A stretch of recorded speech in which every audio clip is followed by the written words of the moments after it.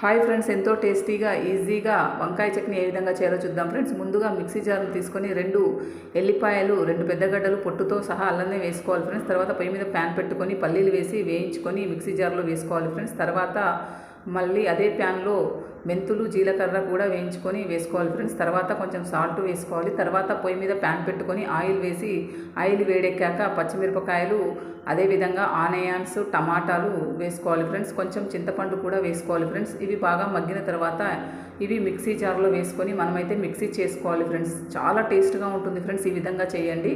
తర్వాత మళ్ళీ అదే ప్యాన్లో కొంచెం ఆయిల్ పోసి మనం ముందుగా కట్ చేసుకున్న వంకాయలను అయితే బాగా ఫ్రై చేసుకోవాలి ఫ్రెండ్స్. ఈ విధంగా ఫ్రై అయిన తర్వాత ఇందులోనైతే కొంచెం కొత్తిమీర వేసుకొని ఒక 2-3 మినిట్స్ ఉంచుకోవాలి ఫ్రెండ్స్. ఈ విధంగా ఉంచుకున్న తర్వాత ఇది మిక్సీ జార్లో వేసేసుకొని మిక్సీ పట్టుకోవడమే ఫ్రెండ్స్. తర్వాత పోపునైతే ఇందులో పోపు వేసుకోవాలి ఫ్రెండ్స్. పొయ్యి మీద ప్యాన్ పెట్టుకొని ఆయిల్ వేసి ఎండుమిరపకాయలు, జీలకర్ర, ఆవాలు, అదేవిధంగా కొంచెం పసుపు, కొంచెం ఇంగువ పౌడర్ కూడా వేసుకోవాలి ఫ్రెండ్స్.